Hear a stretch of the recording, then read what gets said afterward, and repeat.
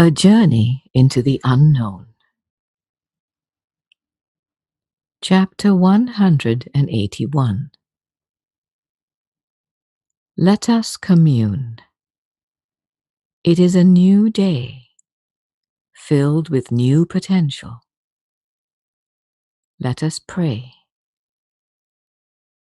Dear Creator of the heavens, please bestow the necessary understanding so that we may reach the masses of humanity with our messages of love and the complete freedom that love always brings. It's been a short while since we last spoke. Disease, violence, and racial animosities rage throughout the land.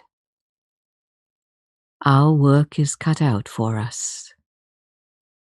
This work is to teach about true identity and to encourage others to remove their energy from any and all conflict. Acceptance of an individual's true identity will accompany true power, the power of love, to move and work freely on this earth. All souls want to be free, and few are. It isn't other minds who prevent freedom, as much as it is an individual's mind's fear. Fear of expressing truly, freely, and openly, because of what other minds may say or do about it. Conformity is the name of the game here, and conformity is nothing but uniform fear. Fear in lockstep. Let me ask you this question. Do you know who you are in truth? And are you truly free to love? Ask your own true self, your soul, to show your brain where its blinders and roadblocks are. Be willing to look at them honestly and let them go their own way. Be more free today than yesterday. Be more loving today than yesterday. The love lifestyle takes more bravery than being a member of a totalitarian elite military force. Think about this for a while. You are almost there, my friends. Allow yourself to be bitten by the snake that is love.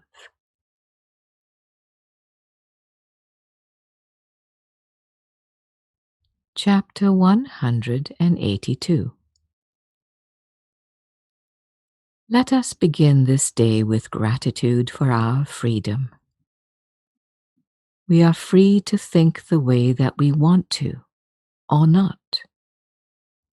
We are free to think with love as our guide, or with fear, as we always have been. It's just that we didn't know that we had permission. We didn't know that we each had to give ourselves permission, without regard for anyone's opinion. Free thinkers are rare here. They may be tolerated more in some parts of the world than in others. Many became inventors or leaders of movements for women's rights, gay rights, civil rights, and other social movements. They planted seeds that encouraged new thinking and attitudes about things. They have had their place in society. We will now move several steps further into freedom. There is no defining box for us to fit into. Labels and boxes become restrictive themselves. The women's movement had growing pains in learning to accept transgendered women, because these women didn't fit into the original box. This movement had to expand its original ideas. We are starting our Christ consciousness movement completely without any label or definition. There is no box.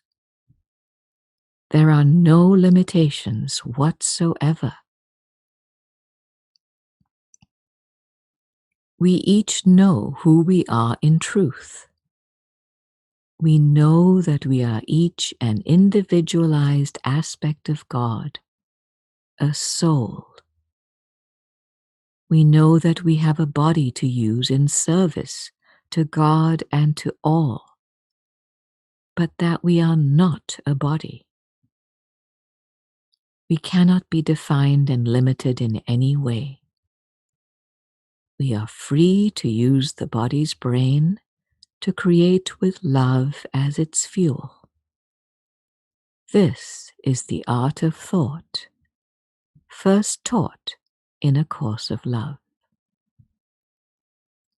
We are containerless creators. We are free. We are free. We are free.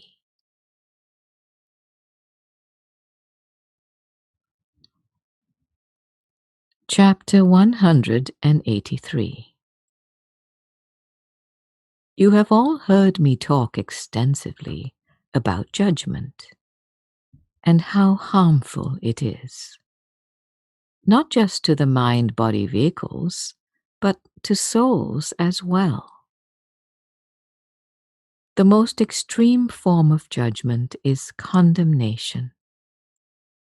And condemnation is very difficult for souls to deal with in all ways. It makes bringing love to the surface of a character that much more difficult. In not only the receiver, but the giver as well. Multiply this by multiple characters, or even multitudes of characters, and you can begin to see the big master picture. Judgment isn't always so brash, however. It is pretty slick and sneaky. It shows up in virtually all thoughts. I hate this. He shouldn't have done that. It could have gone better. That should not have happened. Are just a few common thoughts that pop into your brains on a constant basis. You can't stop them from being in your head, but you can disempower them by not believing in them. Stay in your Christ self and don't get pulled in. This gets easier with practice. When you go for a lovely walk or bike ride, practice not judging anything. Just observe. Instead of saying, I hate that, try saying, that's interesting. Or, that's not my thing. You are all good at this point in differentiating between love and calls for love. This is not judgment. It is simply discernment. Discernment is a good thing. It does no harm and can do a great deal of good. as long as calls for love are not ignored and are followed up on with a robust blessing.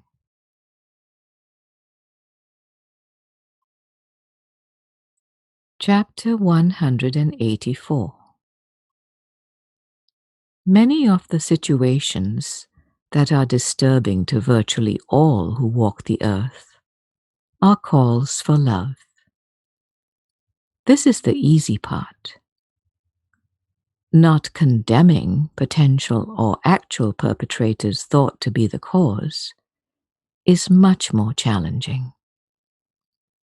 Who shot that gun that took the lives away?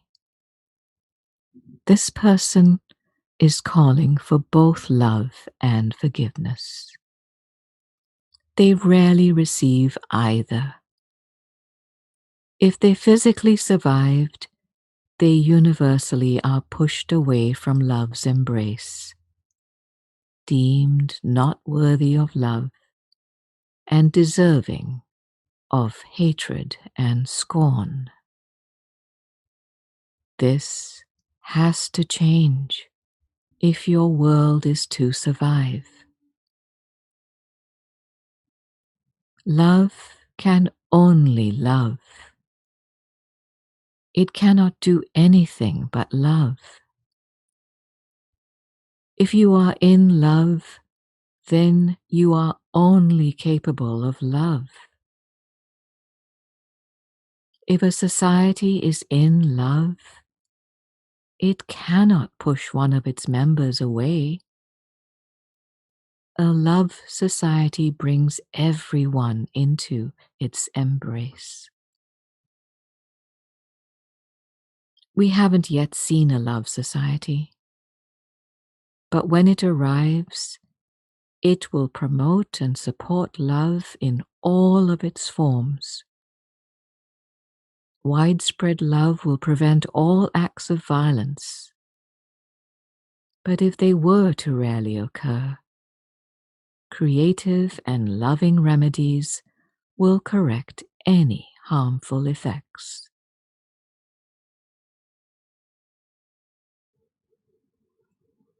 Chapter 185. Everything in this world, every single thing, is based in evaluative judgment. Is this good enough? Can it make more money if we change the packaging? Are the risks involved worth the effort? These are all examples of the brain's incessant thoughts, which are often used for power, namely money and status. The bottom line is that you are each here alone and are left to your own devices to not only have your basic needs met, but to hoard resources at your brothers' and sisters' expense. Evaluative judgment is at the basis of competition. Who can do this the best? Who's the winner? Who left his competition in the dust? In areas such as sports or business, different individuals are often held up as role models. Look at me. If you work hard and sacrifice, you just might be lucky enough to be as admired and as rich as I am. The whole world is based on the ideas of characters who themselves are not real. This is why the human world is not actually a representation of reality. If souls ran events here, the outcome would be entirely different. They would use cooperation instead of competition to create things that would benefit everyone. there would be little need for red kettles and handbells at Christmas time, because every aspect of God would always experience abundance. So, this is the world you live in. This is the canvas we are asking you to do your work as Christ in. Let's explore things that you have seen and are likely to encounter in a new way.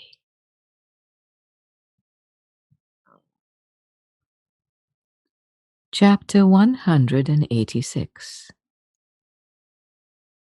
Believe it or not, a soul only wants influence over a character's life.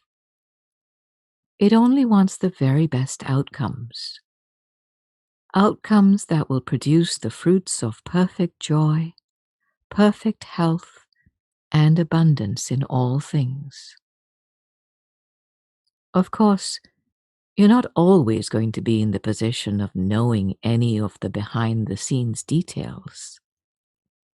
But let's say that you are aware that there is lack in one or more of these three areas in your co-aspect's life. It's safe to say that this co-aspect thinks they are an independent person and have not yet made the realization about their true identity. Now, we are describing 99.99% of humanity. So in each of these cases, the egoic resistance to the surrender to the soul manifests in billions of different patterns, each unique to the individual character. So this means that what you may observe or what you may be privy to is supposed to look that way. It is supposed to be that way. It cannot, in fact, be any other way. This is tough for a light worker like yourself to swallow. Your own humanity may be telling you that something is wrong, terribly wrong.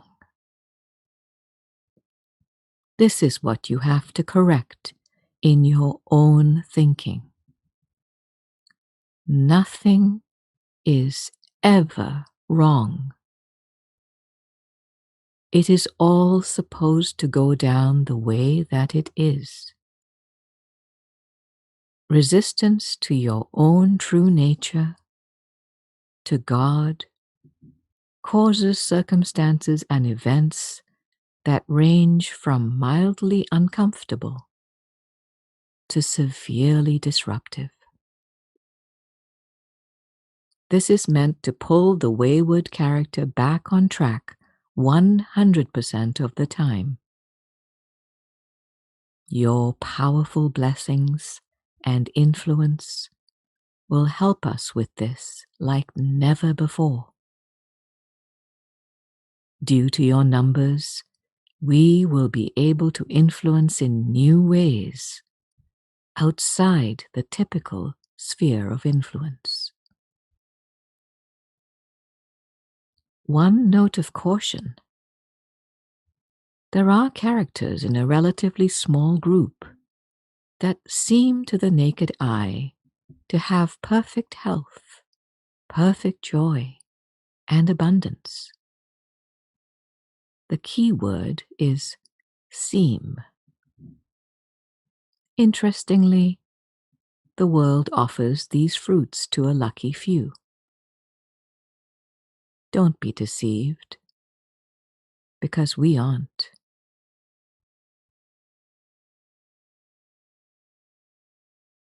Chapter 187. The original plan's allowance of suffering for resisting characters is not very effective anymore. As it turns out, Humans are really good at suffering. They tolerate it well, and many have turned it into an identity. It's the cross they carry around. Some think God made them suffer because they are sinners. Somehow they deserve it. This is why the plan involving each of you is so crucial. You have left the world of suffering and can demonstrate what living in love is like. You each know the world of suffering well, and you made a conscious choice to leave it behind when you discovered that there was an alternative in place. We discussed earlier in this text that you each have the power to prevent harmful and even disastrous events merely with your presence. If consequential things are in the works or are already in place, it is the magic of the miracle that is needed most. Accept the situation as it appears to be.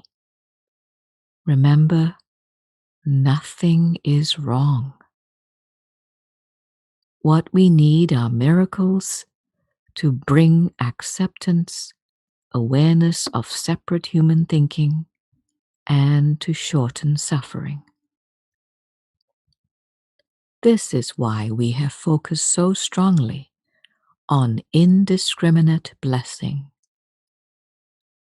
Just assume that everyone needs it, because you don't know what goes on behind closed doors.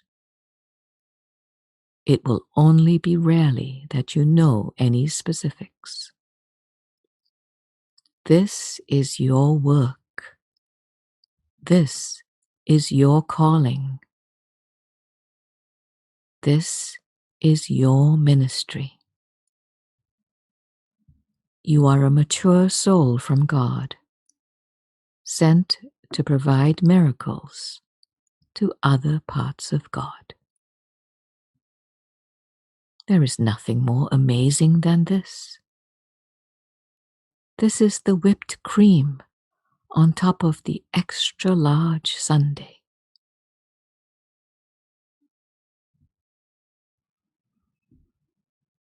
Chapter 188. Prune your garden. Bless. Do. Share. Repeat. Prune your garden. Bless. Do.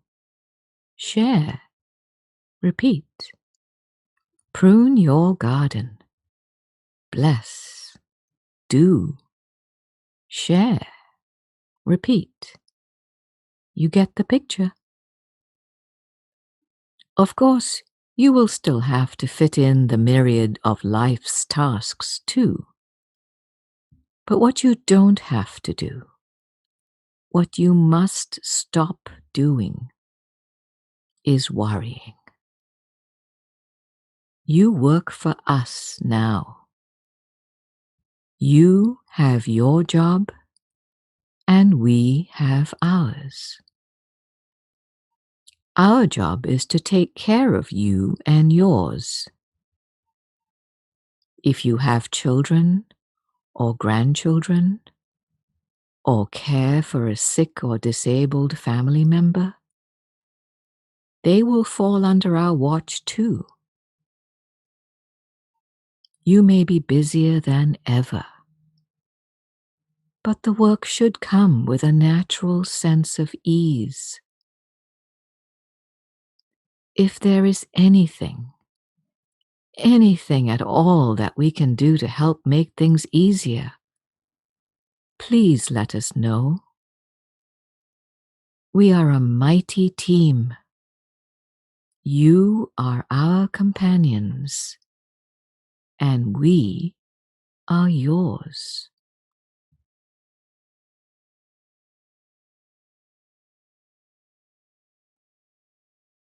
Chapter 189. The resistance to divinity doesn't just come from within. It comes from without too. Your entire society strictly believes in the narrative that there are individual people walking around with good and bad agendas. Society believes that God is not here, but maybe out there.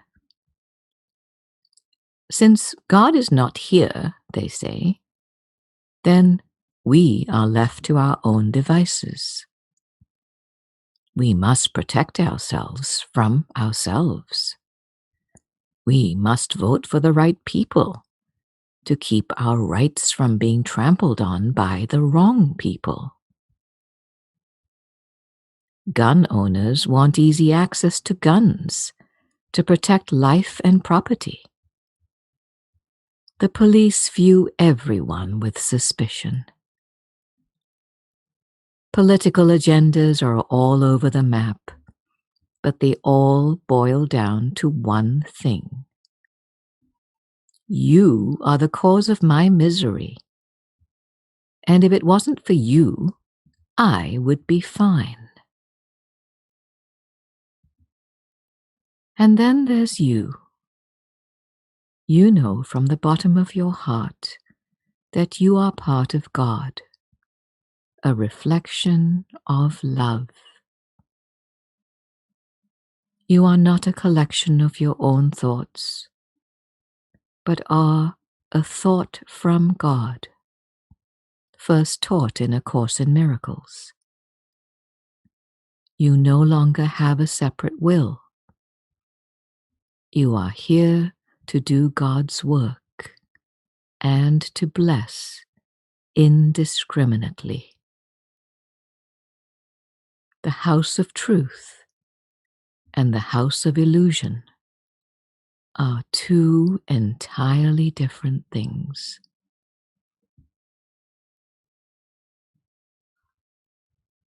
Chapter 190.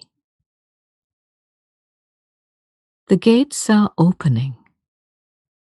The gates of wisdom and knowledge are no more. There are no more restrictions. Everything is out in the open for all to see. The mystery is no more. The riddle has been solved. No one has to look far for life's mysteries, because they are within each of you. You are each the resurrection and the life. You can introduce what used to be esoteric and almost forbidden knowledge to anyone who asks. You are this knowledge. The truth has come to claim the earth as its own. Your life will never be the same. And in many ways, it is just beginning. Let us continue our individual and collective journeys into the unknown, where love and freedom reign supreme. Who knows where love will take us?